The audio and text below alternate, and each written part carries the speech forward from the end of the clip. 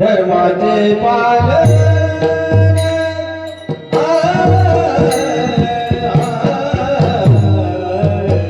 धर्माचे पालन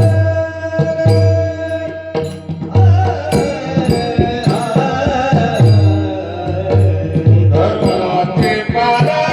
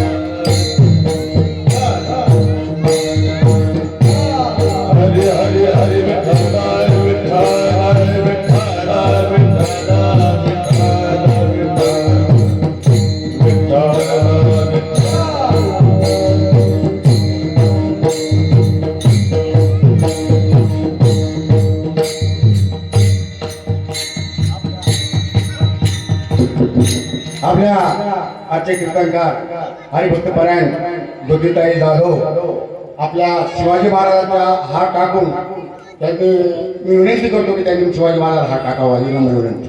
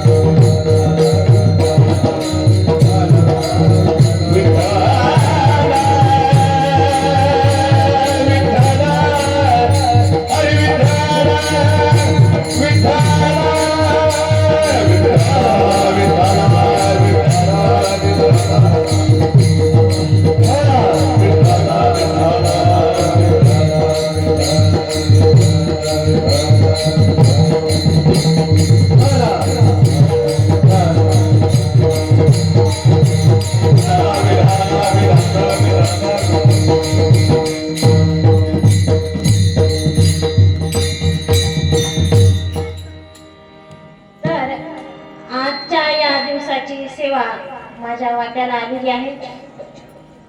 मागच्या वर्षी तुम्हाला आठवत असेल तर 8 मार्च ही तारीख आली होती आणि मग त्या दिवशी आपण संत जनाबाईंचा अभंग घेतला होता आणि महिला दिनवर आपण तो कार्यक्रम केला होता. तर तसाच या वर्षीचा योग आलेला आहे. सगळ्यांचे मला फोन आले की आपण काय करूयात, शिवजयंती आहे तर आपण आजच्या या सेवेला शिवजयंतीचं स्वरूप देऊया किंवा शिवजयंती विशेष करूया. मग मी आपले खराडकर गुरुजी आणि 1-2 जणांना फोन लावले, मला असं केलं तर चालेल का? ते म्हणले ताई काय हरकत नाही, तुमच्या मताने करा म्हणले, काहीच अडचण नाही. म्हणून आजची ही जी सेवा आहे आपण तिला शिवजयंती विशेष असं नाव दिलेलं आहे. आणि या सेवेला निवडलेला अभंग जगद्गुरु संत तुकोबाराय यांचा प्रसिद्ध असा 4 चरणाचा अभंग आहे. धर्माचे पालन करणे पाखंड खंडन, हेची आम्हा करणे काम, बीज वाढवाया नाम, तीक्ष्ण उत्तरे हाती घेऊन बाण फिरे, नाही भीड वार तुका म्हणे सांगत. तर अशा हा अभंग आजच्या सेवेसाठी आपण निवडलेला आहे. आज फक्त एक लक्षात असू द्या, आता माझ्यासोबत पंडित महाराज आहेत, तुम्ही सगळे खूपच चांगले गायक वादक आहात. ते आता म्हणजे आपण म्हणतो रशितावरून हाताची परीक्षा, पण मी महाराजांना यासाठी सोबत ठेवले की आपल्याला शिवजयंती पण करायचे म्हणून आलेले आहेत. पंडित महाराज देशमुख आहेत, लोणीचे आहेत ते. तर ते या ठिकाणी आपल्याला साथसंगत करणार आहेत. तर आजच्या या कीर्तन रूपी सेवेला आपण जगद्गुरु संत तुकोबारायांचा हा अभंग आणि शिवचरित्र असं आपण याला दोन्ही आता मिक्स करणार आहोत. तर आजच्या या कीर्तन रूपी सेवेला आपण सुरुवात करूयात. विठ्ठल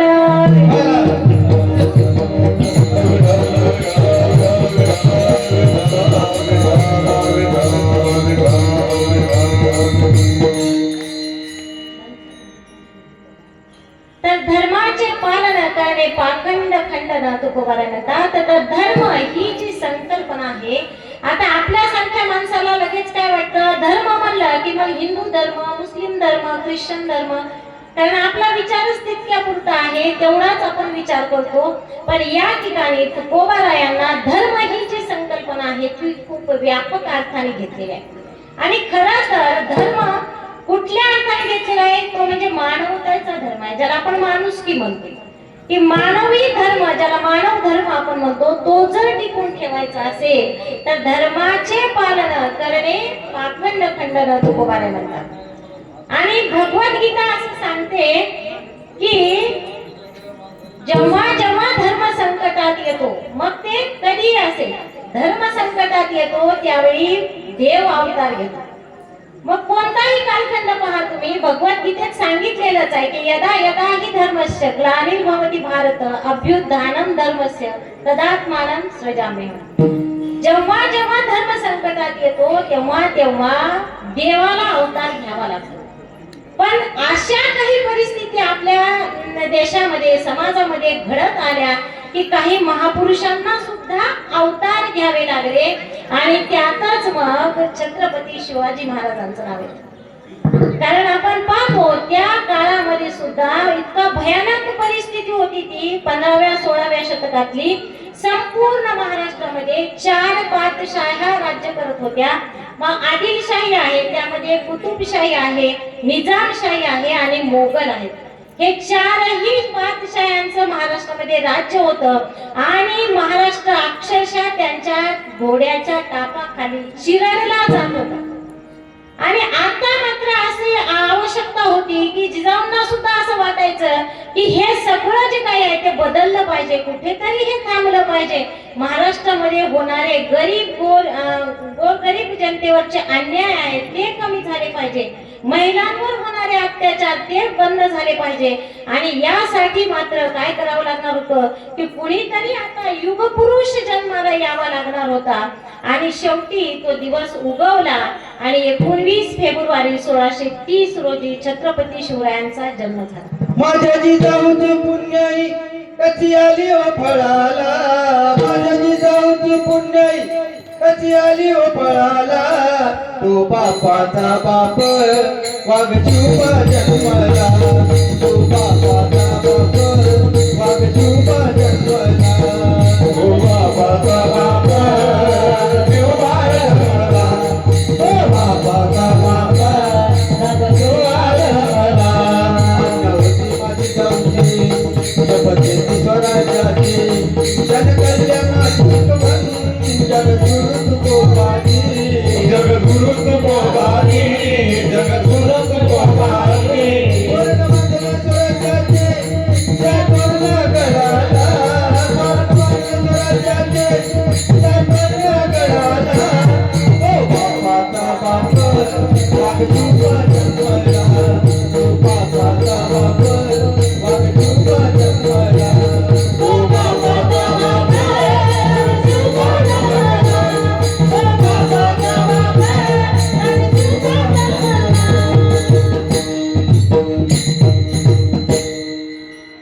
आणि जिजाऊंची पुण्याई आली फळाला. जिजाऊंचीच काय आली बरं, कारण आपण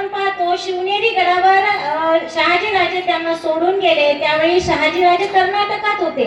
त्यांना कर्नाटकाच्या मोहिमेवर जावं लागणार होतं आणि त्यावेळी जिजाऊ मासाहेब बरोबर होत्या. मग ते म्हणले अशा परिस्थितीत तर मी तुम्हाला सोबत नेऊ शकत नाही. मग काय केलं त्यांनी, शिवनेरी गडावर त्यांची राहण्याची व्यवस्था केली आणि मग ते तिथून निघून गेले. तिथे राहिल्यानंतर त्यांना तिथल्या ज्या गडावर विठ्ठलरावजी देशमुख म्हणून किल्लेदार होते आणि तिथल्या त्यांच्या सोबतच्या काही महिला त्या जिजाऊंची काळजी घ्यायच्या. त्यांना विचारायच्या की तुम्ही गरोदर आहे, तुम्हाला काही खावंसं वाटतं का, तुम्हाला काही आंबट चिंबट खावं वाटतं का, तुम्हाला कसले डोळे लागलेले आहेत. तर जिजाऊ म्हणायच्या नाही, मला हे असे नाही, मला असे डोळे लागलेले आहेत की मला वाटतं तलवार चालवावी, मला वाटतं भाला फेकावा, मला वाटतं घोडेस्वारी करावी, हे अशा पद्धतीचं मला सगळं वाटतंय म्हणले. मग त्यामुळे मग आज आपण बघितलं तर आपल्या पोटी शिवबा का जन्माला येत नाही, कारण जिजाऊंना डोहाळेच ते लागलेले होते, त्यामुळे त्यांच्या पोटी शिवबा जन्माला आले. आपल्याला डोहाळे लागतात तर आपण काय खातो, पेन्सिल खाय, लेखणी खाय, काय खडू खाय, माती खाय, आणि म्हणून मग हे सगळं आहे. मग आपल्या पोटी तसे म्हणजे शिवाजी राजांसारखे महाराजांसारखे आपत्य आपल्या पोटी जन्माला येणेच नाही. पण जिजाऊंनी मात्र रात्रंदिवस ते एकच स्वप्न पाहिलं होतं की काय करायचंय तर माझ्या पोटी एखादा असा पुत्र जन्माला यावा आणि जर तो पुत्र असेल तर मी निश्चितच स्वराज्याची उभारणी करील आणि स्वराज्याची स्थापना करील. हे त्या काळी मासाहेब जिजाऊंनी स्वतःच्या मनामध्ये ठरवलेलं होतं. पुत्र बाबाईचा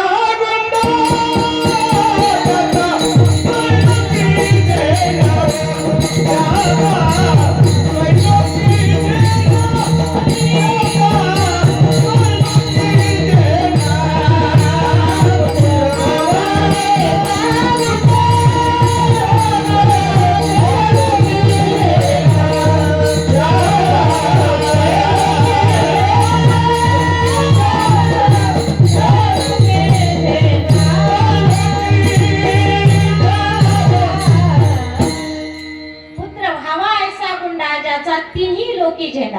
गुंडा या अर्थानं की पराक्रमी, इतका पराक्रमी पुत्र असावा, एकच असावा, पण तो असा असावा की त्याचा तिन्ही लोकी झेंडा गाजावा, एवढा पराक्रमी पुत्र असावा असं तुकोबाराय सुद्धा म्हणतात. तर मग या ठिकाणी मात्र जिजाऊंना आता काय करायचं होतं की बाळ शुभाळ देवीने एक इच्छा पूर्ण केलेली आहे की आपल्या पोटी पुत्र जन्माला दिलेला आहे, पण आता याला घडवायचंय, याच्यावर संस्कार करायचे. तर त्या ठिकाणी सुद्धा जिजाऊंनी थोडी सुद्धा काटकसर ठेवली नाही. प्रत्येक गोष्टीतून त्या एकच त्या मनावर बिंबवत राहिल्या की महाराज तुमचा जन्मच एका विशिष्ट अशा ध्येयासाठी झालेला आहे, एका विशिष्ट अशा कामासाठी तुमचा जन्म झालेला आहे. हे छोट्या छोट्या गोष्टीतून त्या त्यांच्या मनावर बिंबवत राहिल्या.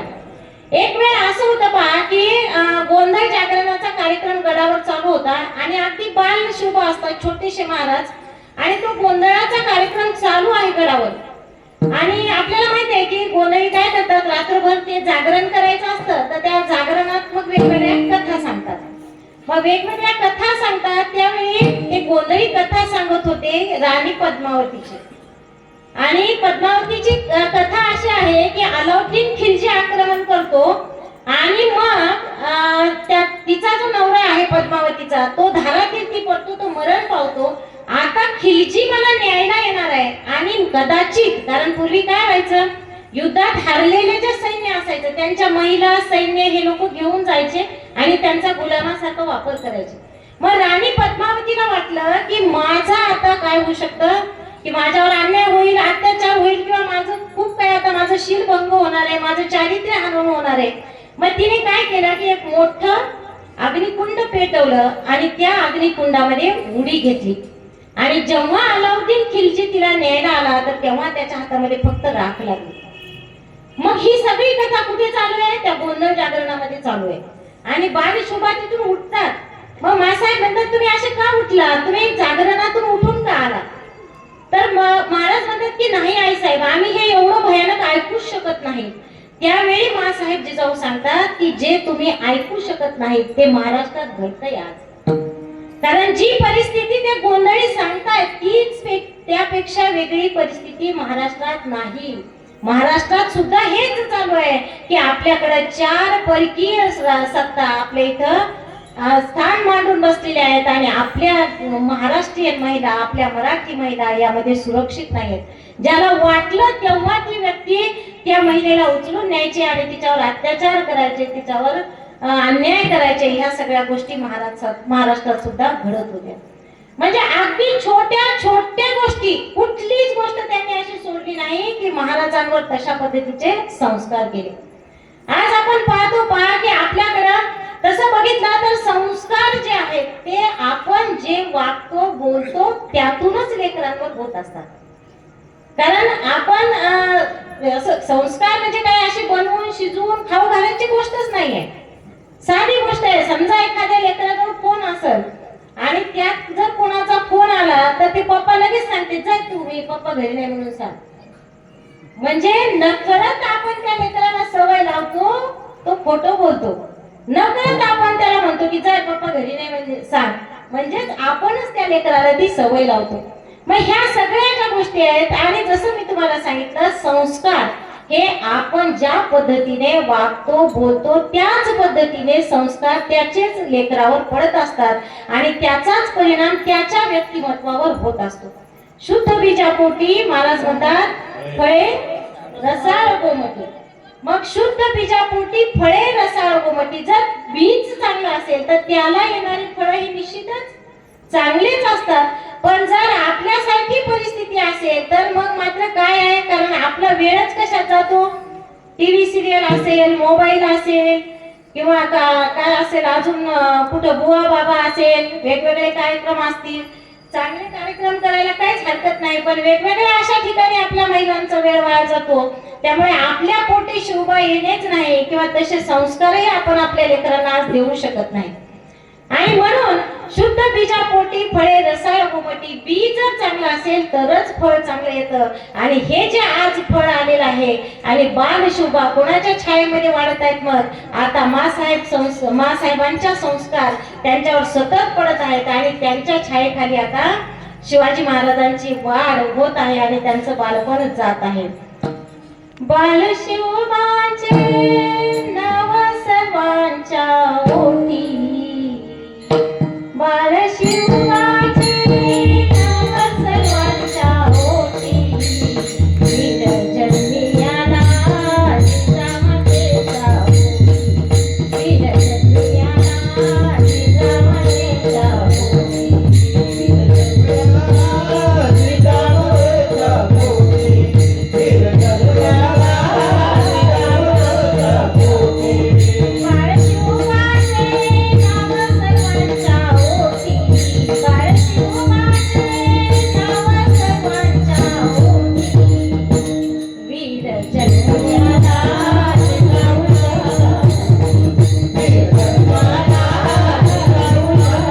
ओठी, वीर जन्मी आला जिजाऊचा ओठी, वीर जन्मी आला जिजाऊचा ओठी. तर तुकोबाराय म्हणतात धर्माचे पालन करणे पाखंड खंडन. जर धर्माचं पालन करायचं असेल, तुम्हाला असं वाटत असेल, तर यामध्ये जे पाखंडी लोक आहेत तर त्यांचं खंडन झालं पाहिजे. तर आता आपल्याला प्रश्न असा पडतो पहा की महाराजांनी त्या काळात कोणाला पाखंडी म्हणलं असेल. तर आज ज्यांना आपण भामटे गिमटे लोक म्हणतो, आपल्या आजूबाजूला जे दिसतात त्यांना म्हणतो ना आपण हे भामटे आहेत, हे लुच्चे आहेत वगैरे.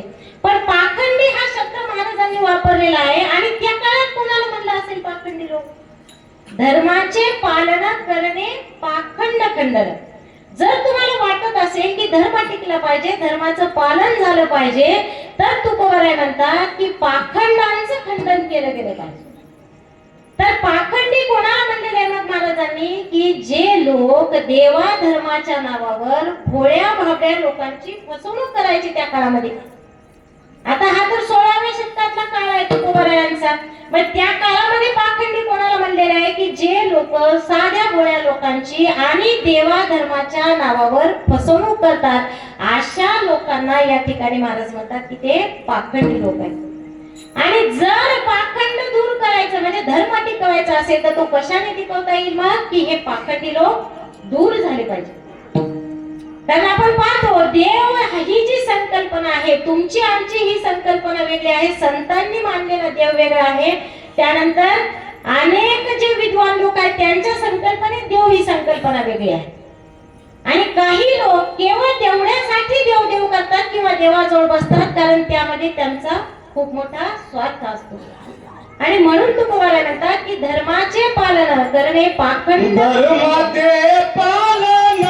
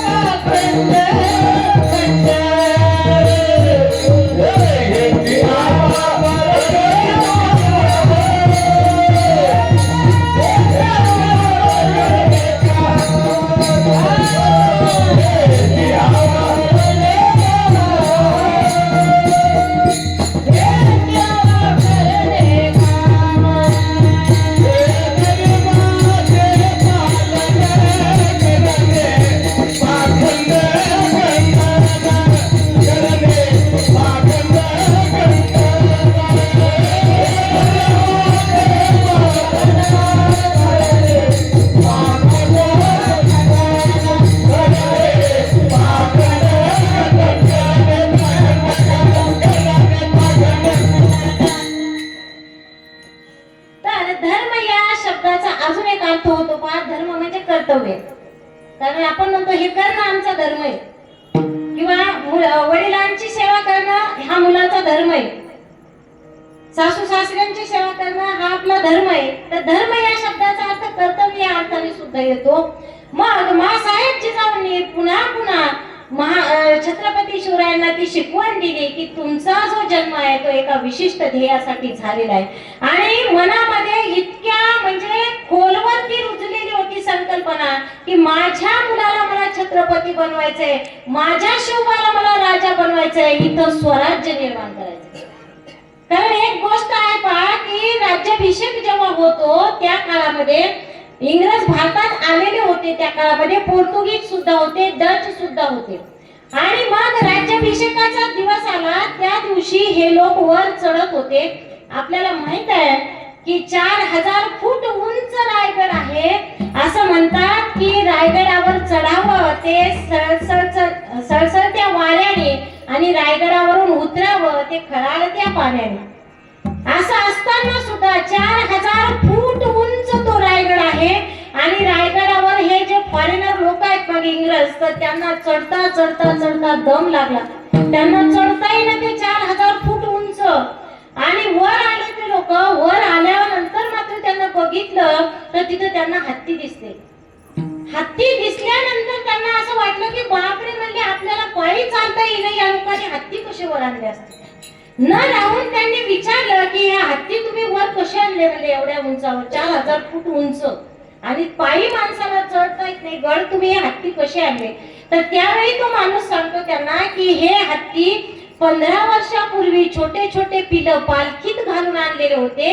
कारण माँसाहेब जिजाऊ यांना अशी इच्छा होती की एक दिवस माझा शुभा राजा होईल, तो छत्रपती होईल, तर त्यावेळी राज्याभिषेकासाठी हत्ती लागतील. म्हणजे सांगा किती मोठं नियोजन, आणि कधीच ते डोक्यात ठेवलेलं की एक दिवस माझा शुभा राजा होणार आहे, आणि मग त्या छत्रपतींसाठी काय लागणार आहे, तर राज्याभिषेकाला हत्ती लागतील. तर ते पिलं 15 वर्षापूर्वी रायगडावर नेऊन ठेवले. ही साधी गोष्ट नाही, त्या मातेने जे ठरवलंय की मला काय करायचंय, तर अशा पद्धतीने माझ्या लेकराला मला छत्रपतीच घडवायचंय, मला त्याला राजाच घडवायचा आहे, आणि हा महाराष्ट्र मला घडवायचा आहे, आणि महाराष्ट्रामध्ये राज्य निर्माण करायचं आहे. आणि मग आपण पाहतो की ह्या सगळ्या ज्या गोष्टी आहेत ते सहज झालेलं नाही. यामागे प्रचंड अशी मेहनत घेतलेली आहे माँसाहेब जिजाऊंनी, त्यानंतर छत्रपती शिवरायांनी. आपण पाहतो की कुठलाच क्षण त्यांच्या आयुष्यामध्ये असा नाही की त्यांनी आपल्या आयुष्यामध्ये कधीतरी आराम केला असेल किंवा कधीतरी खूप सुखसोयीचं आयुष्य जगलेलं असेल, कधीच नाही. संपूर्ण आयुष्य छत्रपती शिवरायांनी केवळ आणि केवळ स्वराज्यासाठी आणि इथल्या मराठी मुलकासाठी, इथल्या महाराष्ट्रासाठी घातलेलं आहे. संपूर्ण आयुष्य त्यांनी त्यासाठी खर्ची घातलेला आहे. विठ्ठल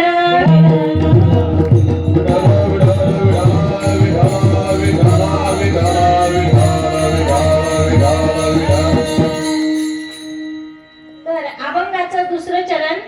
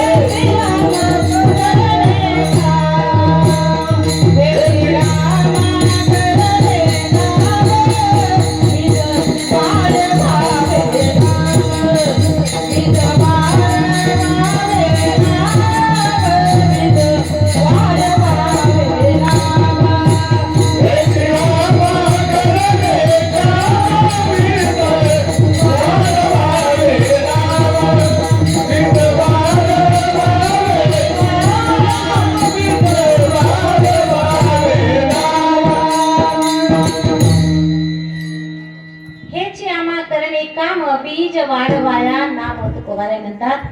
तर आपण ह्या चरणाचा थोडीशी उकल करण्यासाठी अजून थोडस मागे जाऊयात. आपण पाहतो की आपला जो संप्रदाय आहे, वारकरी संप्रदायाची स्थापनाच 12व्या शतकात झालेली आहे.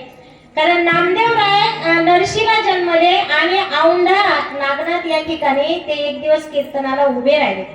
तर कीर्तनाला उभे राहिले असताना त्यांना अक्षरशः औंढ्याच्या मंदिरातून हाकलून देण्यात आलं बाहेर. ते म्हणले की तुम्ही शिंपी जातीमध्ये जन्माला आलेले आहेत आणि तुम्हाला अजिबात कीर्तन करण्याचा अधिकार नाही, दुसऱ्याला ज्ञान देण्याचा तुम्हाला अधिकार नाही. मग त्या गोष्टीचा एवढा परिणाम झाला नामदेवरायांवर की नामदेवराय म्हणतात मी एका अशा संप्रदायाची स्थापना करेल जिथं कुणी उच्च नीच असणार नाही, जिथं जातीभेद असणार नाही, जिथं धर्मभेद असणार नाही. मग सगळ्यांनी पंढरपूर मध्ये आल्यानंतर नामदेवरायांनी त्यांच्या काळचे समकालीन जेवढे संत आहेत, मग त्यामध्ये वेगवेगळ्या जातीचे वेगळे संत आहेत. तुम्ही पहा सगळ्या प्रत्येक संताची जात वेगळी आहे. कशासाठी जात महत्वाची इथं की ज्यांनी त्यांना कीर्तन करणं नाकारलेलं आहे त्या सगळ्या जाती, जसं आपण पाहिलं ज्ञानेश्वर माऊली एकटे ब्राह्मण आहेत किंवा त्यांचे भावंड, त्यानंतर संत सावतोबा हे माळी आहेत, संत नरहरी हे सोनार आहेत, गोरा काका कुंभार आहेत, त्यानंतर नामदेवराय शिंपी आहेत. जनाबाईची तर जातच माहित नाही आपल्याला, आतापर्यंत कुणीच सांगू शकलेलं नाही जनाबाई कोणत्या जातीच्या होत्या. संत चोखा मेळा महार जातीमध्ये जन्माला आले. मग या सगळ्यांनी काय केलं की आपण एका वेगळ्या संप्रदायाची स्थापना केली पाहिजे, एखाद्या वेगळ्या धर्माचीच स्थापना केली पाहिजे आणि त्या संकल्पनेतून भागवत धर्माची स्थापना झाली, वारकरी संप्रदायाची स्थापना झाली. आणि आता मात्र काय होतं की त्या ठिकाणी सगळ्यांना अधिकार होता, सकलांशी येथे आहे अधिकार. यारे यारे लहान थोर याची भलती नारी करावा विचार न लगे तिला गवनारी. यारे यारे लहान थोर याची भलती नारी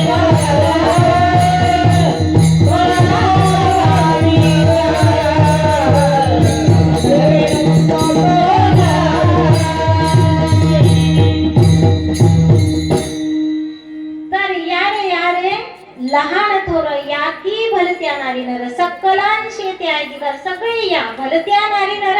आपण पाहतो संत कानोपात्रा हे वेश्येची कन्या होत्या, पण त्यांना सुद्धा या ठिकाणी संत पदापर्यंत जाता आलं असा हा वारकरी संप्रदाय आहे. मग या ठिकाणी संत नामदेवरायांनी सगळ्या जाती धर्मातले संत एकत्र केले आणि वारकरी संप्रदायाची स्थापना केली. त्याच धर्तीवर आपण पाहतो छत्रपती शिवरायांनी सगळ्या जाती धर्मातून लोक जमा केले. मावळ्यांची जी कोणती जात होती का कुठली आपल्याला माहित आहे, मावळे हे सगळ्या जातीतून आलेले लोक होते ज्यांना मावळा म्हणायचे शिवाजी महाराज. तर एकट्याचं हे काम नाही हे त्यांना माहित होतं. स्वराज्य स्थापन करायचंय तर ते एकट्याचं काम नाही, मला सगळ्यांची साथ लागणार आहे. आणि मग सगळ्या जाती धर्मातून मावळे तयार झाले आणि ते छत्रपती शिवरायांसोबत लढायला तयार झाले. एवढंच नाही तर जीवाला जीव द्यायला एक वेळ मागे पुढे पाहत नव्हतं कुणी.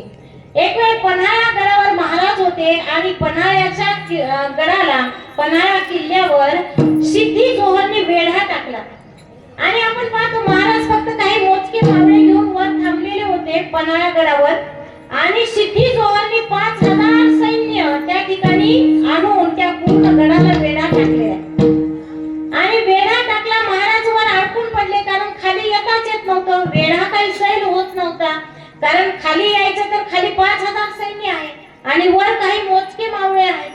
मग खाली येता येत नाही, खाली एवढा मोठा वेढा टाकलेला आहे आणि महाराज अडकून पडले. 10 दिवस झाले, 15 दिवस झाले, महिना झाला, 1.5 महिना झाला. आता मात्र एक बैठक बोलवली आणि त्यांनी ठरवलं की आता काय करावं, काय युक्ती करावी की महाराजांना बाहेर पडता येईल. मग तिथे असा ठराव झाला की कुणीतरी एकाने नकली शिवाजी व्हायचे, म्हणजे नकली शिवाजी महाराजांचा वेश धारण करून गड उतरायचा आणि मग तो वेढा सैल होईल. तो सिद्धी जोहर महाराज म्हणून त्यांना पकडून नेईल आणि वेढा सैल झाल्यानंतर खरे जे शिवाजी महाराज आहेत ते त्या ठिकाणून निघून जातील. आणि महाराजांचं बोलणं संपत न संपत तेवढ्यातच त्या ठिकाणी शिवाकाशीत जे नाभी होते जातीने शिवाकाशीत उभे राहिले आणि ते म्हणले की महाराज मी होणार आहे तो नकली शिवाजी, मला व्हायचंय तो खोटा शिवाजी. महाराज म्हणले अरे तुला माहित आहे काय आहे तू जेव्हा शिवाजी होऊन खाली जाशील, तू पकडला जाशील आणि तू मारला जाणार आहेस. पण तरी सुद्धा शिवाकाशीत म्हणतात की महाराज आतापर्यंत मी जे जगलोय ते मी एक नावी म्हणून जगलेलो आहे, मी शिवाकाशीत म्हणून जगलेलो आहे, पण मी मरताना छत्रपती शिवाजी महाराज म्हणून मरणार आहे. तर ते भाग्य मला मिळावं आणि ते भाग्य मला मिळावं आणि तुमच्या केसालाही धक्का लागू नये, कारण लाख मेले तर चालतील पण लाखांचा पोशिंदा जगला पाहिजे, हे त्या ठिकाणी सगळ्या मावळ्यांनी ठरवलेलं होतं. आणि सगळ्या मावळ्यांनी अशा पद्धतीने जीवाला जीव देणारे मावळे त्या ठिकाणी छत्रपती शिवरायांना मिळाले. आणि ते स्वराज्याची जी प्रक्रिया आहे ती इतक्या सहजासहजी झालेली नाही. अनेक मावळ्यांना, हजारो मावळ्यांनी स्वतःचे प्राण त्या ठिकाणी गमावले आणि केवळ कशासाठी तर छत्रपती शिवरायांचा जीव वाचला पाहिजे, हे राज्य अबाधित राहिलं पाहिजे, हे स्वराज्य टिकून राहिलं पाहिजे यासाठी. शिवनेरीवर शिवबा जन्मला, शिवनेरीवर शिवबा जन्मला, राजाचा अधिपती, तर राजाचा अधिपती. दैवत छत्रपती रामचंद्र, दैवत छत्रपती, दैवत छत्रपती रामचंद्र, दैवत छत्रपती. दैवत छत्रपती रामचंद्र, दैवत छत्रपती, दैवत छत्रपती रामचंद्र, दैवत छत्रपती. स्वराज्य स्थापनेसाठी त्याने केले सोहळ्यासाठी, देऊन भगवान आधी स्वराज्य घडवण्यासाठी. आई जिजाऊ आई शिवाई, आई जिजाऊ आई शिवाई, छत्रपती शिवाजी महाराज की. तर तुकोबाराय म्हणतात की हेची आम्हा करणे काम, बीज वाढवाया नाम. तर मग संप्रदायाची स्थापना झाली, इथपर्यंत आपण आलेलो होतो. ज्या पद्धतीने छत्रपती शिवरायांनी सगळ्या जाती धर्मातून मावळे तयार केले आणि ते जीवाला जीव देणारे होते, त्याच पद्धतीने संप्रदायामध्ये वेगवेगळ्या जातीतले सर्व संत एकत्र आले आणि त्यांनी आता या ठिकाणी संप्रदायाची स्थापना केली होती, वारकरी संप्रदायाची स्थापना केली. आणि मग आता याला एक दैवत द्यावं लागणार होतं, कारण आपल्याकडे पाहतो 33 कोटी देव ही संकल्पना आपल्याकडे आहे. 33 कोटी देव, आता त्या 33 कोटी देवातून एक देव निवडायचा होता की तो म्हणजे आता या संप्रदायाला प्रतीक द्यायचा आहे. आणि देव सुद्धा पहा तुम्ही इतका विचार करून नामदेव रायाने निवडला पंढरपूरचा पांडुरंग. आपल्याकडे असं म्हणतात की जेव्हा नव्हती गोदा गंगा तेव्हा होती चंद्रभागा. युगे 28 विटेवरी उभा. कधीपासून आहे तो? 28 युग झालेले आहेत, युगे 28 विटेवरी उभा. आणि मग तो देवही असा आहे की तुम्ही जर पाहिला तर त्याला 3 तोंड किंवा 4 हात असा देव नाही आहे. पंढरपूरचा पांडुरंग 2 हात 2 पाय अगदी कमरेवर हात ठेवून की मला माझ्या भक्ताने आवाज दिला की मला जाता आलं पाहिजे. कारण आपण पाहतो तू महिलांना तर अनुभव आहे, देवपाठात आपण किती देव ठेवतो. काही महिलांचं नवल वाटतं मला, टोपल्या देव पूजेला देव दुधा महिला टोपल्या एवढ्या. आणि मग समजा एखाद्या वेळी एखादं संकट आलं तर मग कोणाला बोलायचं त्याच्यातल्या? कोणाला बोलवायचं? त्यांच्यातच भांडण लागायचे की कोण जाते म्हणे तू जाय, ते म्हणे तू जाय. त्याच्यामुळे आपल्या संतांनी एक तो आपला Yeah.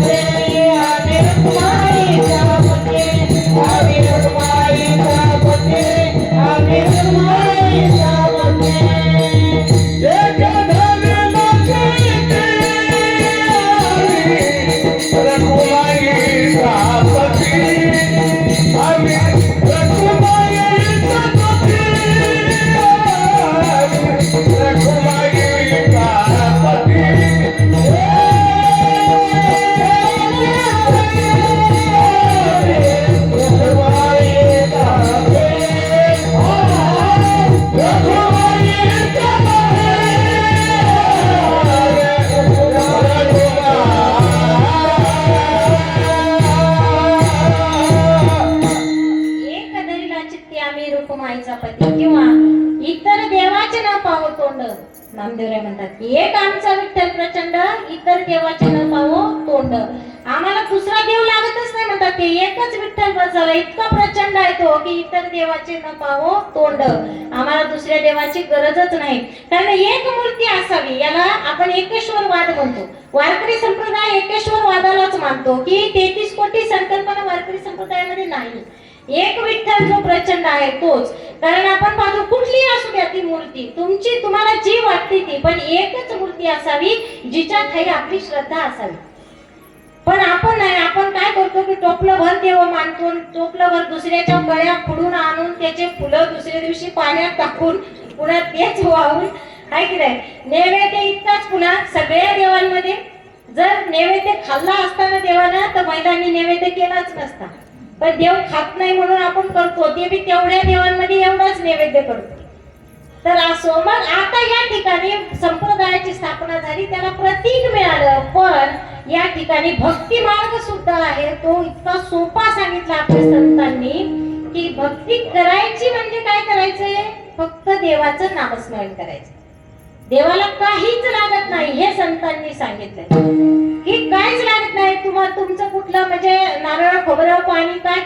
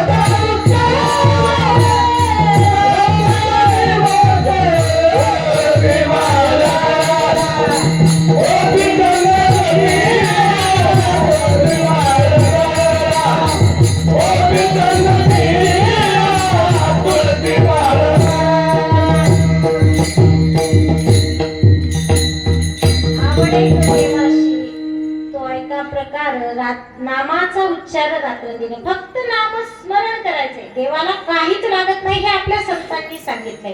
ज्ञानेश्वर माऊली म्हणतात योग याग विधी येणे नोहे सिद्धी, वायाची उपाधी दंभधर्म. दंभधर्माचा अर्थच तो आहे. दंभधर्म म्हणजे खोटारडेपणा, की तुम्हाला वाटत असेल यज्ञ करून योग करून काही विधी करून मला जर देव प्रसन्न होणार असेल तर तो दंभधर्म आहे म्हणतात ज्ञानेश्वर माऊली. दंभधर्म म्हणजे खोटारडेपणा आहे तो. तसं जर असतं तर गरीबाचा देव राहिलाच नसता, श्रीमंतांचाच देव राहिला असता. जो पंक्ती घालतो मोठमोठी यज्ञ करतो त्यालाच देव प्रसन्न झाला असता, गरीबाचा देवच राहिला नसता. म्हणून आपल्या संतांनी काय सांगितलं की अतिशय सुंदर असा भक्ती मार्ग सांगितलाय. आणि तो जो भक्ती मार्ग आहे, मग हे जे लावलेलं रोपट आहे नामदेवरायांनी, तुकोबाराय आता म्हणतात की हेची आम्हा करणे काम, बीज वाढवाया नाम. कारण आपण पाहतो की स्वप्नात त्यांना उपदेश केलेला आपल्याकडे सांगितलं जातं. आणि मग तुकोबाराय तसं म्हणतात की पाणी खेळे मासा, गुरु कोण असे त्याचा, की तसं काय नसतं. माशाला पण तू पोहायला शिकावं लागतं, म्हणून माझा गुरु कोणी नाही हे काही अभंगामध्ये बोललेले आहेत ते. पण स्वप्नामध्ये जागा करून सांगितलेलं आहे हे पण काही अभंगामध्ये सांगितलेलं आहे.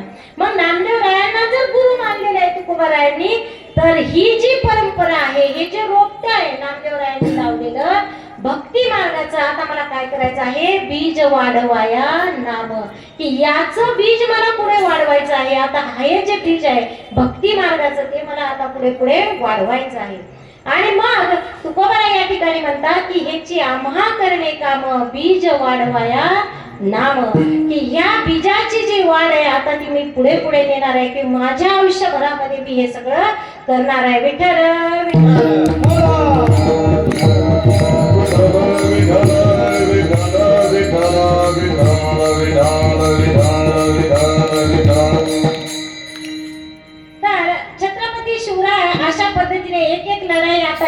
होते, एक एक प्रदेश काबीज करत होते, एक एक किल्ला जिंकत होते आणि संपूर्ण महाराष्ट्रामध्ये स्वराज्य उभं करण्याची एक मोठी मोहीम सुरू होती, एक मोठी तयारी चालू होती. आपल्याला माहित आहे अफजल खानाचा वध जी बडी बेगम होती दिल्लीच्या दरबारी, तिने म्हणजे जाहीर केलं होतं एक मोठं बक्षीस की कोण आणेल म्हणजे तो जो सह्याद्रीमध्ये लपलेला आणि सह्याद्रीमध्ये राज्य करणारा शिवा नावाचा आहे म्हणते राजा, त्याला कोण पकडून आणणार आहे.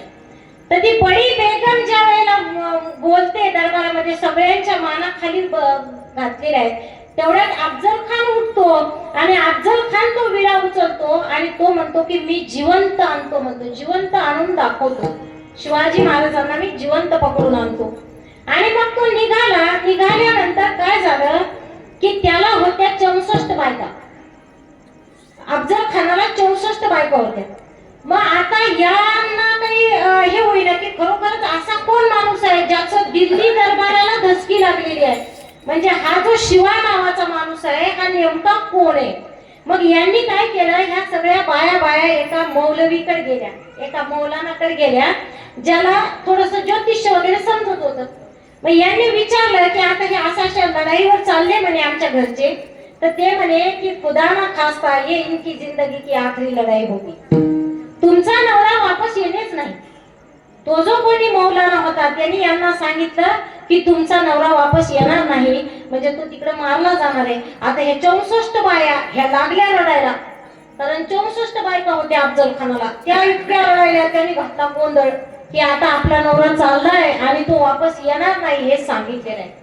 मग अफजल खानानं काय केलं की एक एक बाई उचलली आणि तिथं विहिरीत टाकली. 12 बायका, तुम्ही जर खुनी बावडी कधी वाचलं असेल किंवा पाहिलं असेल युट्यूबला, खुनी बावडी नावाची एक प्रसिद्ध विहीर आहे खूप मोठी, तर त्या विहिरीमध्ये त्याने एक एक करून 64 बायका टाकून दिल्या. त्या विहिरीमध्ये बाया टाकल्या आणि तो पुन्हा तिथून पुढे निघाला. आज जर पाहिलं आपण तर खुनी बावडी आहे आणि तिथे त्या 64 समाध्या पण आहेत, त्यांच्या त्या कबरी ज्याला आपण म्हणतो, तर त्या 64 कबरी तिथं आहेत, आज सुद्धा आहेत. तर मग त्या 64 बाया त्याने त्या विहिरीमध्ये फेकल्या आणि अफजल खान पुढे निघाला. विचार करा तुम्ही. आणि इकडे छत्रपती शिवाजीराजे म्हणतात, मासाहेब जिजाऊ त्यांना ओवाळायला आल्या, सगळ्या राणी आल्या की आता अफजल खानासारख्या शत्रूच्या मागे म्हणजे त्याचा निपात करण्यासाठी राजे निघालेले आहेत. तर राजांनी काय बोलावं, फक्त एवढं बोलले की मासाहेब जर आमच्या जीवाचं काही बरं वाईट झालं तर तुम्ही शंभूराजेंना गादीवर बसवा आणि तुम्ही स्वतः राज्यकारभार पहा आणि अभिमान बाळगा की तुमचा मुलगा स्वराज्यासाठी वीर मरण पत्करलाय किंवा तुमचा मुलगा स्वराज्याच्या कामी आला, हे विचारांमधलं अंतर. म्हणजे अफजल खानाचे विचार आणि महाराजांचे विचार, तर ह्या विचारांमधला फरक आहे, या विचारामध्ये एवढं अंतर आहे. महाराज म्हणते की अजिबात दुःख बाळगू नका, माझ्या जीवाचं जर बरं वाईट झालं, आता अफजल खानाला भेटायला चाललोय मी, आणि माझ्या जीवाचं जर बरं वाईट झालं तर तुम्ही स्वतःला नशीबवान समजा की तुमचा लेकरू तुमचा मुलगा स्वराज्याच्या कामी आला. मग हे सगळं जे आहे ते हे म्हणजे छत्रपती शिवराय. आपल्याला ज्या पुस्तकात आपण पाहिलं, 4थीच्या पुस्तकात आहे तेवढंच आपल्याला माहित आहे, बाकी गोष्टी बऱ्याच आहेत. आता आज जर आपण असं ठरवलं की संपूर्ण शिवचरित्र सांगायचं तर आपल्याला रात्र जागावी लागेल, एवढं मोठं शिवचरित्र आहे. या शिवचरित्रातून शिकलं काय पाहिजे, कारण आपण पाहतो जसं या बायांनी पाहिलं तसं ते कुठे जाऊन भविष्य पाहू शकले असते ना, की भविष्य पाहू शकले असते की चला कोणाला तरी विचारू आता काय होणार आहे, आपण अफजल खानाच्या भेटीला चालतो. पण महाराजांनी कधी भविष्य पाहिलं नाही. त्यानंतर त्यांनी कधीच अंधश्रद्धा पाळली नाही. मोठमोठ्या लढाया छत्रपती शिवाजी महाराजांनी अमावस्येच्या दिवशी आखल्या आणि अमावस्येच्या दिवशीच जिंकले. त्यांनी कधीच अंधश्रद्धा पाळली नाही, अमावस्येला अपशकुनच मानलेलं नाही त्यांनी. त्यानंतर कुठल्याच गडाची वास्तुशांती केलेली नाही. तुम्ही जर पाहिलं असेल इतिहासात तर एवढे गड किल्ले जिंकले, कुठल्या गडाची वास्तुशांती केलेली नाही. कुठल्याच गडाला किल्ल्याला स्वतःच्या बायकोचं नाव दिलं नाही किंवा स्वतःच्या आईचं नाव दिलेलं नाही, कधीच नाही. तर ह्या सगळ्या ज्या गोष्टी आहेत त्या छत्रपती शिवरायांनी स्वतःच्या आयुष्यामध्ये केल्या आणि म्हणून छत्रपती शिवराय आता आपण पाहतो की आजही जगामध्ये एवढं वर्ष झाल्यानंतर सुद्धा आज आपण पहा छत्रपती शिवाजी हे 3च अक्षरी नाव आहे शिवाजी आहे, पण तरी सुद्धा हे नाव उच्चारलं तरी आपल्या अंगामध्ये एक वेगळं स्फुरण येतं, एक वेगळी शक्ती येते. आणि ती कशामुळे तर केवळ आणि केवळ काय कुणाची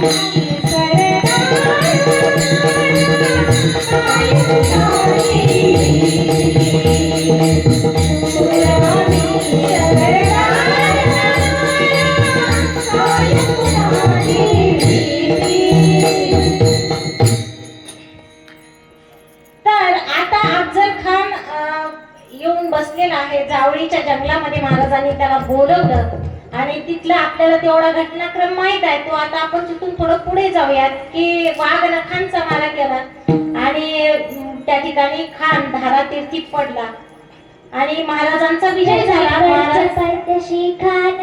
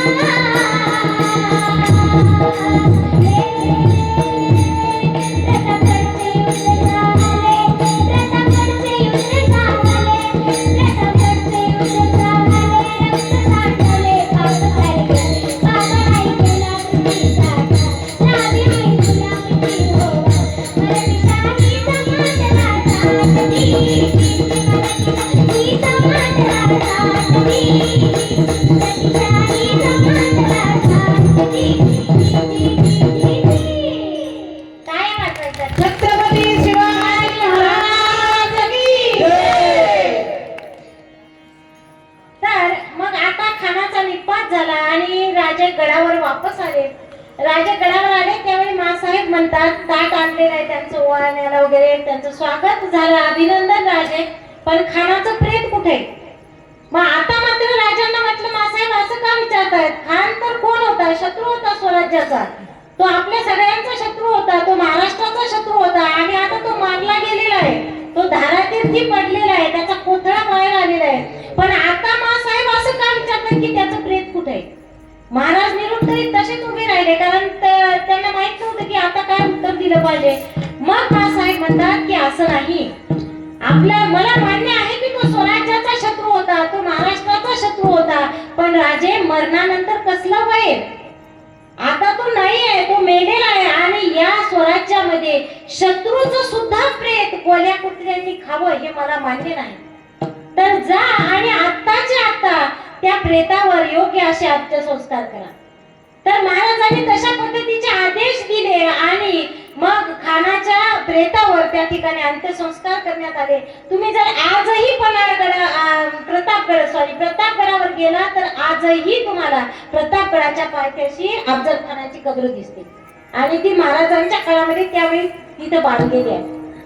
म्हणजे ही जी शिकवण आहे ही सगळी शिकवण महासाहेब जिजाऊंची होती की स्वराज्यामध्ये शत्रूचं सुद्धा त्या ठिकाणी अंत्यसंस्कार करण्यात आला आणि त्याचं सुद्धा मान सन्मानाने त्या ठिकाणी कब्र बांधण्यात आली.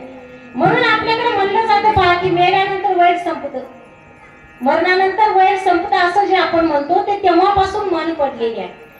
आणि मग छत्रपती शिवराय अशा पद्धतीने एक एक लढाई एक एक युद्ध जिंकत होते, एक एक टप्पा स्वराज्याचा पुढे पुढे जात होते. आणि हे करत असताना या सगळ्या गोष्टी आहेत, त्यांना कुटुंब आहे, घरदार आहे, सगळं आहे आणि हे सगळं करत असताना सगळ्यात महत्वाची म्हणजे मावळ्यांची साथ आहे, मासाहेब जिजाऊंचा आशीर्वाद आहे आणि सगळ्या महाराष्ट्रभरातून मिळणारं प्रेम आहे. कारण आपण जाणता राजा म्हणतात पहा, तुम्ही जर पाहिलं असेल तर जगात कुठल्याच राजाला जाणता राजा ही पदवी नाही आहे. जाणता राजा का म्हणलं जायचं? कारण जर छत्रपती शिवाजी महाराज रस्त्याने कुठे जात असतील, लढाईवर म्हणा, कुठल्या मोहिमेवर म्हणा, रस्त्याने जाताना जर दोन शेतकरी दिसले तर तिथे बसून ते त्यांच्या सोबत दोन घास भाकरी खायचे. एवढा उदार राजाच नव्हता, कारण सामान्य लोकांना आतापर्यंत माहितच नव्हतं स्वराज्य काय असते हेच माहित नव्हतं. कारण आपण जवळजवळ 750 वर्षापासून आपण पारतंत्र्यात होतो, 750 अगोदरचे.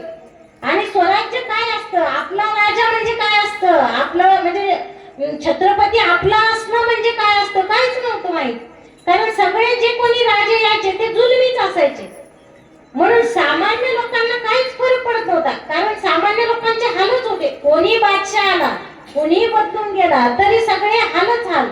शेतसारा जबरदस्ती वसूल करणे, त्यानंतर आया बहिणी घरातून उचलून येणे, खूप खूप हाल. त्याच्यामुळे महाराष्ट्रात पहिल्यांदा असं झालं की आपलं राज्य निर्माण झालं, स्वराज्य निर्माण झालं आणि आपल्याला आपला राजा मिळाला. आणि महाराजांचे सुद्धा असे आदेश होते की शेतकऱ्याच्या भाजीच्या देठाला सुद्धा धक्का नाही लागला पाहिजे. म्हणजे तुम्ही ज्या प्रदेशातून जाता, तुमचं घोडदळ जाते, पायदळ जाते, तर त्या ठिकाणी जाताना म्हणजे शेतकऱ्याचं पिकाचं नुकसान नाही झालं पाहिजे असे सक्त आदेश सैन्याला दिलेले असायचे की अजिबात शेतकऱ्यांचं नुकसान नाही झालं पाहिजे. आणि ज्यावेळी शेतकरी काम करायचे उरलेले म्हणजे पावसाळा जे असेल त्या काळामध्ये लढाया बंद असायच्या आणि उरलेला जो वेळ असेल शेतकऱ्याकडे तर त्याला त्या ठिकाणी काम दिलं जायचं. विशेषतः ते काम महिला करायच्या, म्हणजे तलवारीच्या म्यान बनवणं असेल किंवा अजून काही शस्त्र उपयोगी साहित्य असेल, हे सगळं काही बनवण्याचं काम महिलांना दिलं जायचं, जेणेकरून प्रत्येक घरामध्ये काही ना काही समजा उत्पादन त्यामधून निघेल अशा पद्धतीची सगळी व्यवस्था छत्रपती शिवरायांनी त्या काळामध्ये केलेली होती. तर अभंगाच्या तिसऱ्या चरणाकडे, अभंगाचं तिसरं चरण तीक्ष्ण उत्तरे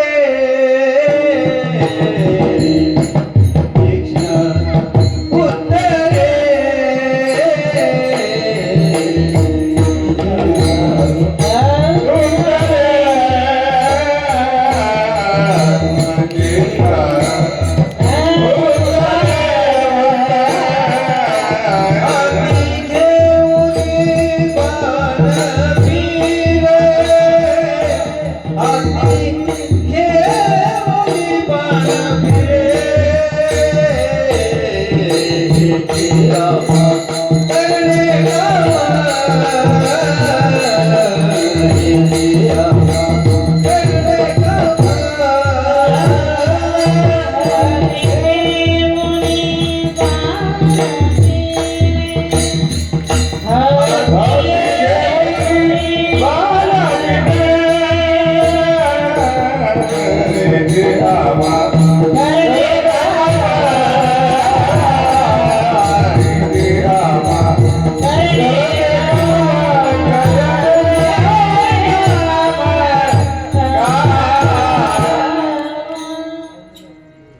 उत्तरे हाती घेऊन ये बाण फिरे तुकोबाराय म्हणतात. मी माझ्या आयुष्यात जे काही काम करतो आहे आणि ते सगळं समाज हिताचंच आहे, पण तुकोबाराय म्हणतात जर मला कुणी आडवा येत असेल तर माझ्या हातामध्ये तीक्ष्ण उत्तरे हाती घेऊन ये बाण फिरे. माझ्याकडे शस्त्र आहे, माझ्याकडे सुद्धा बाण आहे आणि ते बाण कशाचे आहेत? मग शब्दांचे आहेत. कारण तुकोबारायांच्याकडे आहेच काय की आम्हा घरी धना शब्दांचीच रत्ने, शब्दांचीच शस्त्रे यज्ञ करू, शब्दाचे आमच्या जीवीचे जीवन, शब्दाची वाटू जनधन लोका. की लोकांना वाटण्यासाठी सुद्धा शब्दाचं आहे, शस्त्र म्हणून सुद्धा शब्दाचं आहे, धनही शब्दांचंच आहे. माझ्याकडे काय आहे? शब्दांचे शस्त्र आहेत. आणि मग जर कोणी माझ्या कामामध्ये आडवा येत असेल तर तीक्ष्ण उत्तरे हाती घेऊन बाण फिरे. तर माझ्याकडे शस्त्र आहे. बाण म्हणजे कशाचं आहे? तर ते शस्त्र म्हणजे शब्दांचं शस्त्र आहे. आणि तुकोबाराय अशा पद्धतीने समाजामध्ये जागृती करत होते, समाजामध्ये जागरूकता आणत होते, एकीकडे समाजाला मदत करत होते. हा जो समाज आहे तो अंधश्रद्धा, पाखंडी लोक यापासून कसा दूर जाईल यासाठी मदत करत होते. आणि जेव्हा छत्रपती शिवरायांना हे माहित झालं की मी ज्या पद्धतीचं काम करतोय, म्हणजे मी स्वराज्य उभारणीचं काम करतोय, तेवढ्याच महत्वाचं काम जगद्गुरु संत तुकोबाराय करत आहेत. आणि ते कोणतं आहे की हे समाज घडविण्याचं काम आहे. मी जर स्वराज्य स्थापनेचं काम करत असेल, स्वराज्य उभं करण्याचं काम करत असेल तर माझ्या इतकंच मोलाचं काम जगद्गुरु संत तुकोबाराय करत आहे. जाडू संताचे बालक भांडणारी भरले जग, संताचे बालक भांडणारी भरले जग.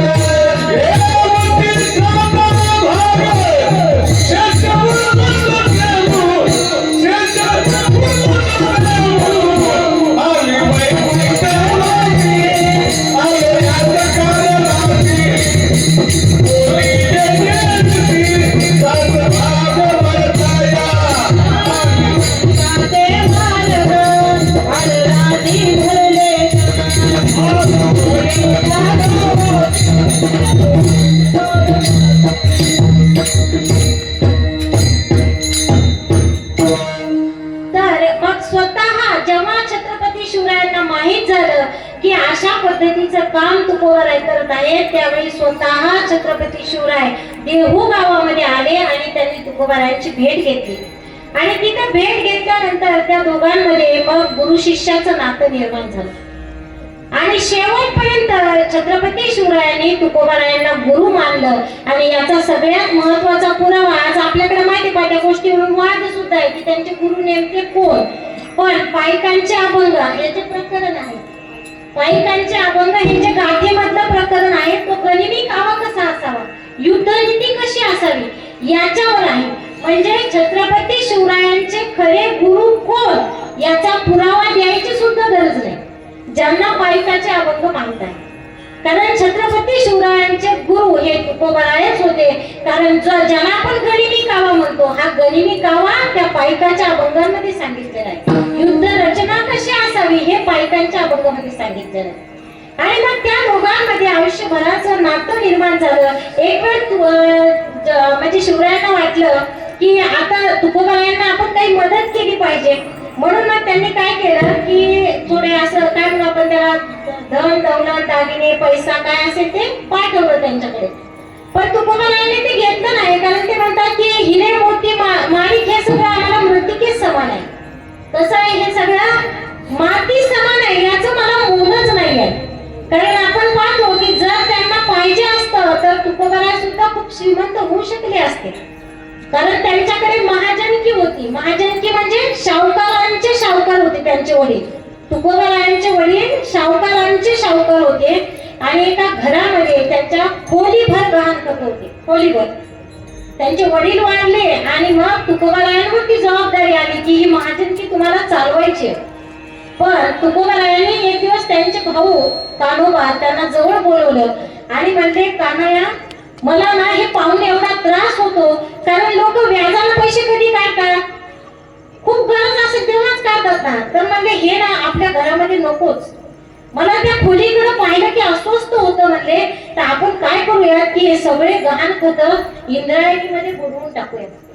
आणि मग दोघा भावांनी म्हणून काय केलं की त्या खोलीतले सगळे गहाणखत इंद्रायणी नदीमध्ये बुडवून टाकले.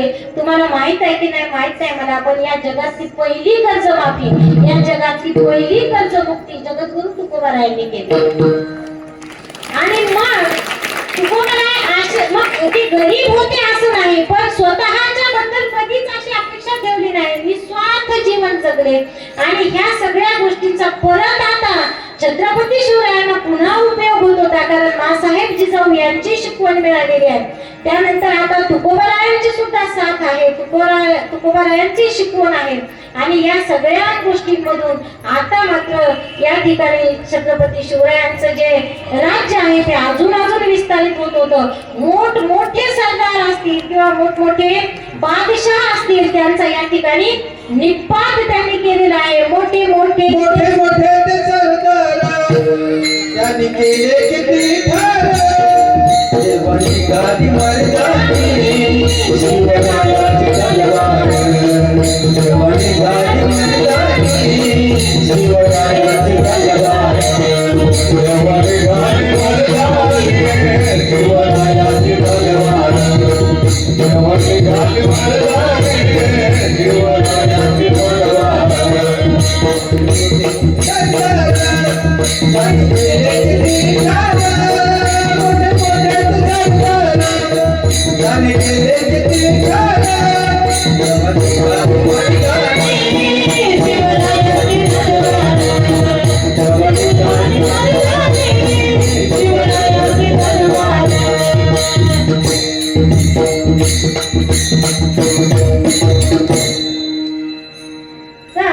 तिसऱ्या चरणामध्ये तुकोबाराय म्हणतात, तीक्ष्ण उत्तरे हाती घेऊन बाण फिरे, की माझ्या हातामध्ये शस्त्र कशाचे आहेत, तर मग आता या ठिकाणी शब्दांचेच बाण आहेत आणि त्या शब्दांच्याच बाणाने मी तुम्हा सगळ्यांना किंवा जे मला आडवे येतील त्यांना मी उत्तर देणार आहे. आणि त्याच पद्धतीने छत्रपती शिवरायांनी सुद्धा स्वतःच्या आयुष्यामध्ये अनेक गोष्टी त्या ठिकाणी अवलंबिल्या, अनेक गोष्टी अशाच पद्धतीने जे शत्रू असतील किंवा ज्या नकोशा गोष्टी आहेत त्या सुद्धा त्यांना अनेक वेळा कराव्या लागल्या. आणि त्यातलीच एक गोष्ट आहे की त्यांचं 8 वेळा लग्न झाले. आपल्याला माहित आहे छत्रपती शिवरायांना 8 बायका होत्या, तर त्या काही त्यांनी हौसेने केलेल्या नव्हत्या. कारण आपण पाहतो की स्वराज्य निर्माण व्हायच्या अगोदर हा जो महाराष्ट्र आहे तो वेगवेगळ्या वतनदारांमध्ये विभागलेला होता. म्हणजे 15,000 20,000 गावाचं एक वतन असायचं आणि त्या वतनाला एक वतनदार असायचा आणि तो त्याला स्वतःचा राजा समजायचा की हे जे आहे ना 15,000 गाव हे माझं वतन आहे आणि मी इथला राजा आहे. आणि मग आता मात्र महाराजांसमोर असा प्रश्न होता की स्वराज्य जर निर्माण करायचं तर हे सगळे वतन एक झाले पाहिजे, त्याशिवाय तर शक्यच नाही. कारण सगळे वतन एक करावं लागतील तेव्हा स्वराज्य एक होईल किंवा महाराष्ट्र एक होईल.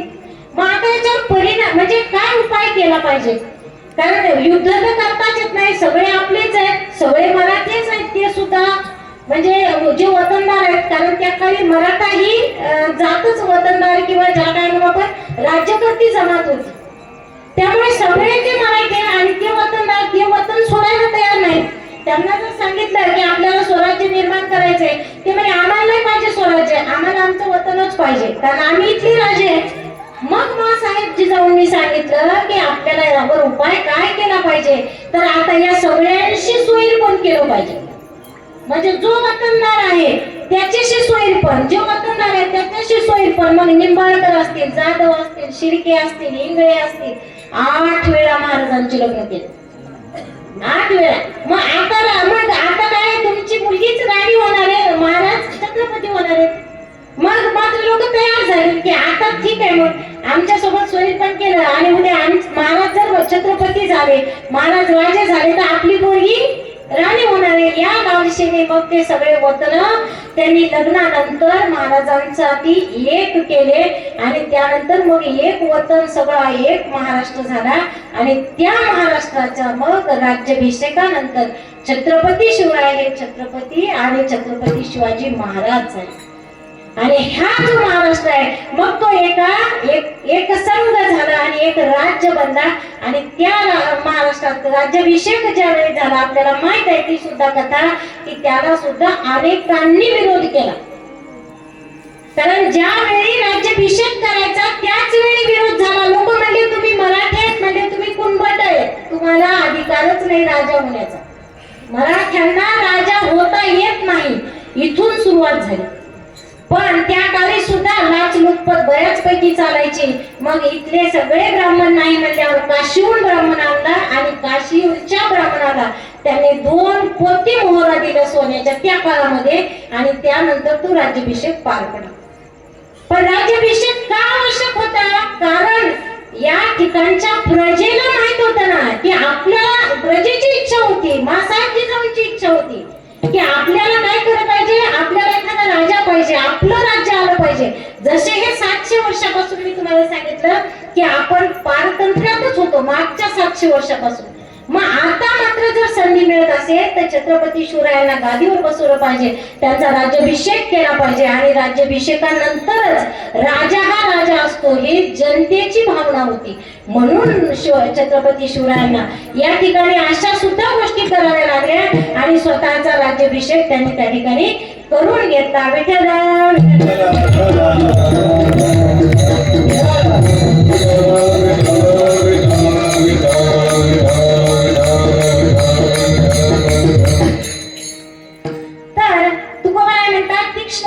हाती घेऊन बाण फिरे, आणि माझ्या हातामध्ये कसले बाण आहेत तर या ठिकाणी माझ्याकडे शब्दांचे बाण आहेत. जर माझ्या कामामध्ये कुणी आडवा येत असेल आणि का बरं कुणी विरोध करेल. आता तुकोबारायांनी तर म्हणजे समाजसेवेचंच काम केले आयुष्यभर.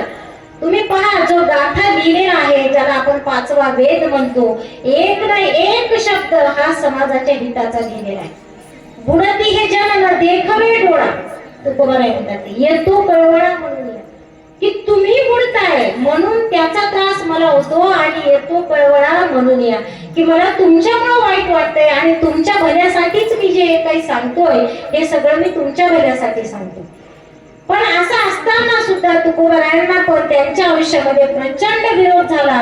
आणि आपण पाहतो की जो गाथा आहे, एक वेळ धर्म परिषद भरली, कारण ह्या गोष्टी बोलणं बी काही त्या काळामध्ये सोपं नव्हतं. एका अभंगात तुकोबाला म्हणतात की तुका म्हणे आम्ही विधीचे जनिते. याचा अर्थ तो आहे की मी देवाचा बाप आहे. तुम्ही ज्या देवाच्या नावावर व्यवसाय चालवता, धंदा चालवता, किंवा तुम्ही जे जे काही करता, तर मी कोण आहे? तुका म्हणे आम्ही विधीचे जनिते, मी त्या देवाचा बाप आहे असं म्हणतात.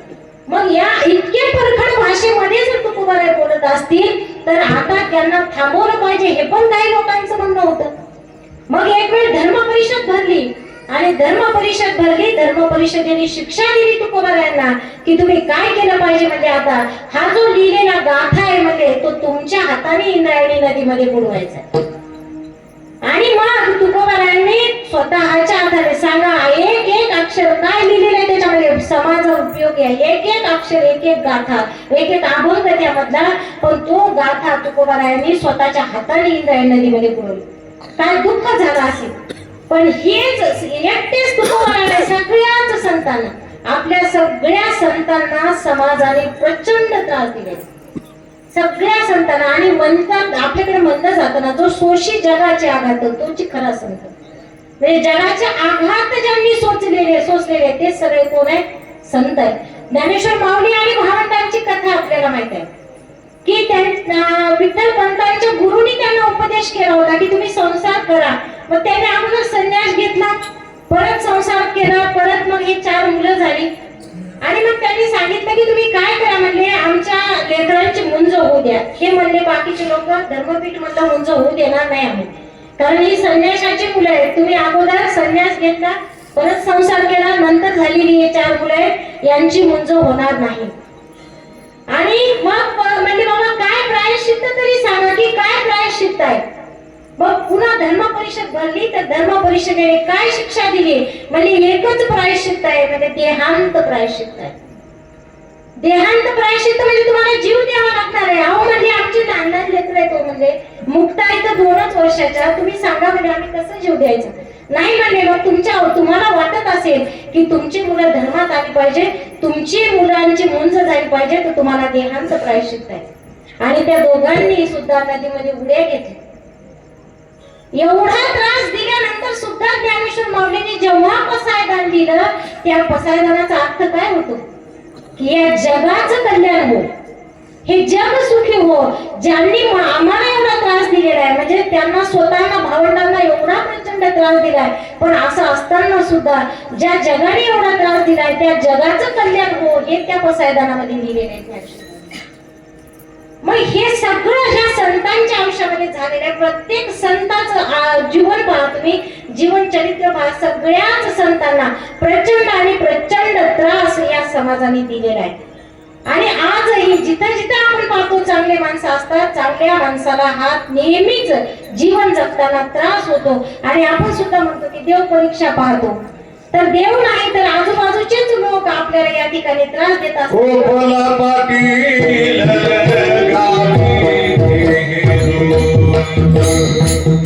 गोपाला पाटील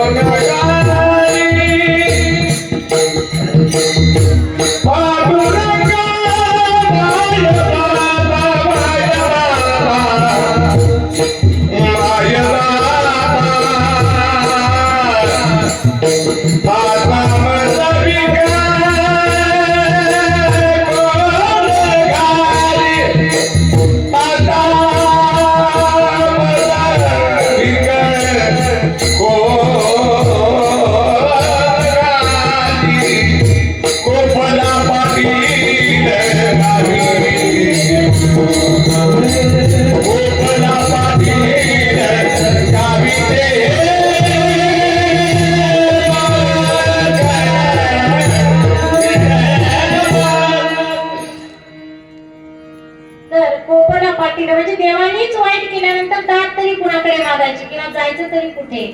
पण आपण पाहतो छत्रपती शिवरायांचं जे शासन होतं ते इतकं आदर्श शासन होतं की तिथं कधीही कोणावर अन्याय झाला नाही. आजही आपण पाहतो इतिहासामध्ये पाहिलं आपण तर तुम्हाला मध्ये माहित असेल पहा, तर व्हिएतनाम आणि रशिया यांचं एकदा युद्ध झालं.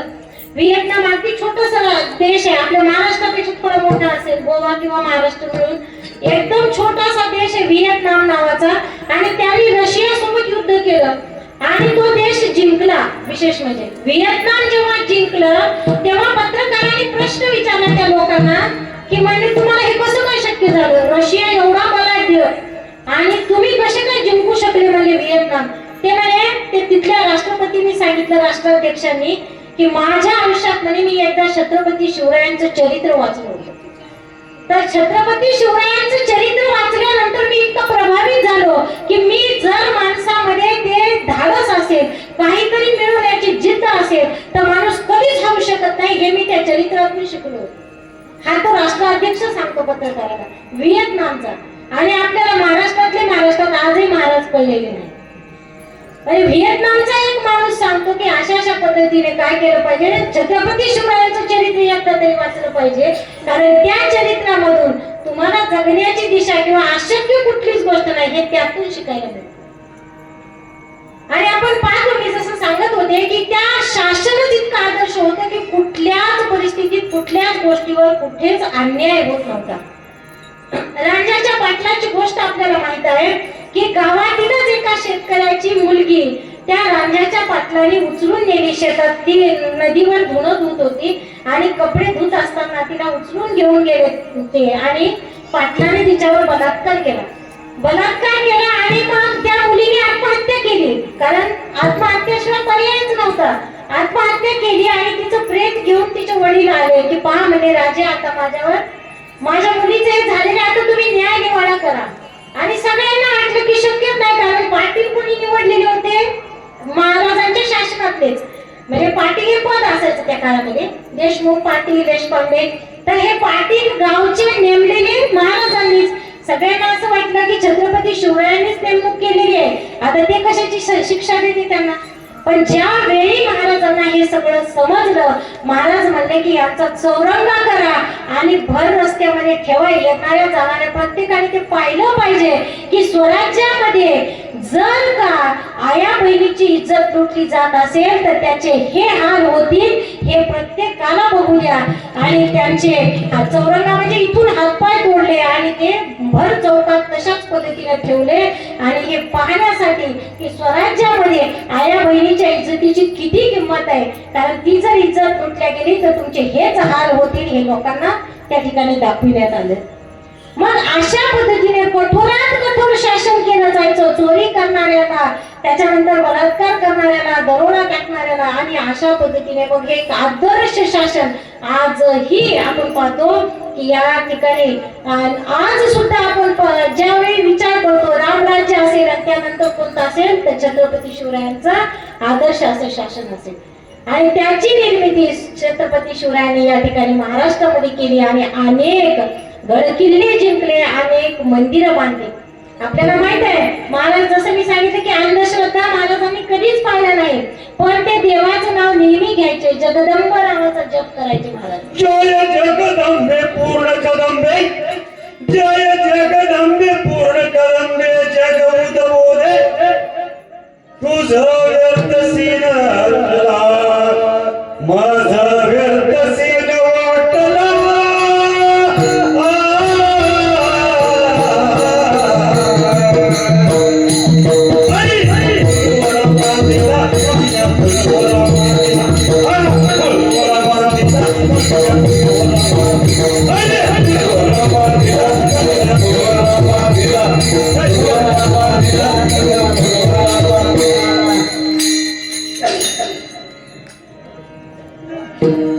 तर जगदंब जगदंब हा जप महाराज त्या ठिकाणी नियमित करायचे. आणि प्रत्येक घरावर तुम्ही पहा देवीचं किंवा महादेवाचं मंदिर आहे. 365 किल्ले महाराष्ट्रामध्ये आहेत आणि प्रत्येक किल्ल्यावर देवीचं किंवा महादेवाचं मंदिर आजही आहे. आणि प्रत्येक वेळी होतं आंघोळ केल्यानंतर महाराजांना एक सवय होती की ते मंदिराकडे अगोदर जायचे. आंघोळीनंतर सगळ्यात पहिलं काम कोणतं तर महादेवाच्या मंदिरामध्ये जायचे. आणि मग अंधश्रद्धा जरी नाही पाळल्या पण देव करणं त्यांनी कधीच सोडलं नाही. देव मात्र ते नेहमी करायचे किंवा जप जगदंब नावाचा. आणि कवड्याची माळ महाराज गळ्यामध्ये घालायची, कवड्याची माळ गळ्यात घालायचे, जगदंब हा जप करायचे. देवाची भक्ती सुद्धा त्यांनी तेवढ्याच पद्धतीने केलेली आहे. ज्या पद्धतीने लढाया केल्या, ज्या पद्धतीने नियोजन आयोजन केलं आणि ज्या पद्धतीने स्वराज्य निर्माण केलं, त्याच पद्धतीने देव सुद्धा तेवढ्याच जागरूकतेने त्यांनी त्यांच्या आयुष्यामध्ये केलं. आता येणाऱ्या काही दिवसांमध्ये 2-3 दिवसानंतर शिवजयंती येणार आहे. आणि त्यातही आपल्या सगळ्यांसाठी अजून एक महत्वाची गोष्ट सांगते की 19 फेब्रुवारी ही पहिली शिवजयंती महात्मा ज्योतिराव फुले यांनी साजरी केली. कारण ज्यावेळी इंग्रजांचं शासन आलं त्यावेळी रायगड पूर्ण जाळला गेला आणि कुठं काय होतं सापडतच नव्हतं, कारण तिथं घनदाट असं जंगल होतं. पण महात्मा ज्योतिराव फुल्यांना असं वाटलं की मला माझ्या आयुष्यामध्ये कुठून प्रेरणा मिळू शकते, तर ती फक्त त्या समाधीपासून. आणि ते रायगडावर गेले, ती समाधी कुठेही हेच दिसत नव्हतं. मग सगळं तिथलं स्वच्छ केलं आणि छत्रपती शिवरायांची ती समाधी महात्मा ज्योतिराव फुले यांनी शोधून काढली आणि पहिली शिवजयंती महात्मा ज्योतिराव फुले यांनी साजरी केलेली आहे. तर माझ्या राजाची जयंती वाघाच्या जातीची पोलादी जातीची जगात वैभवशाली, माझ्या जगात माझ्या राजाची जयंती आहे, माझ्या राजाची जयंती आहे, माझ्या राजाची जयंती आहे, माझ्या राजाची जयंती आहे.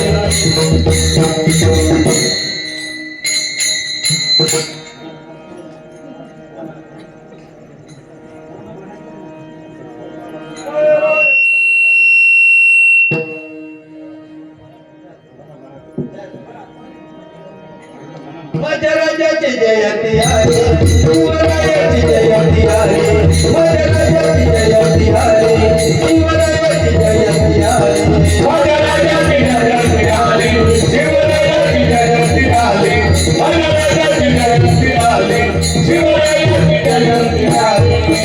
राज्य स्थापनेचा वेळापत्रक केला, जयंती कशी वाढावी भगवान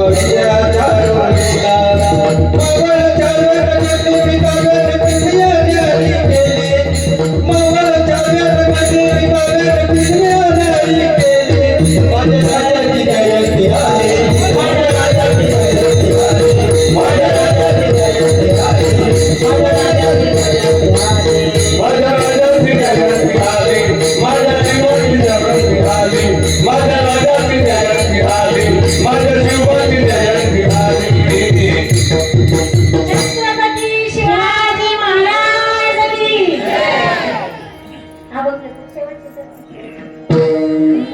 नाही वीरभान, नाही वीरभान, नाही वीरभान, नाही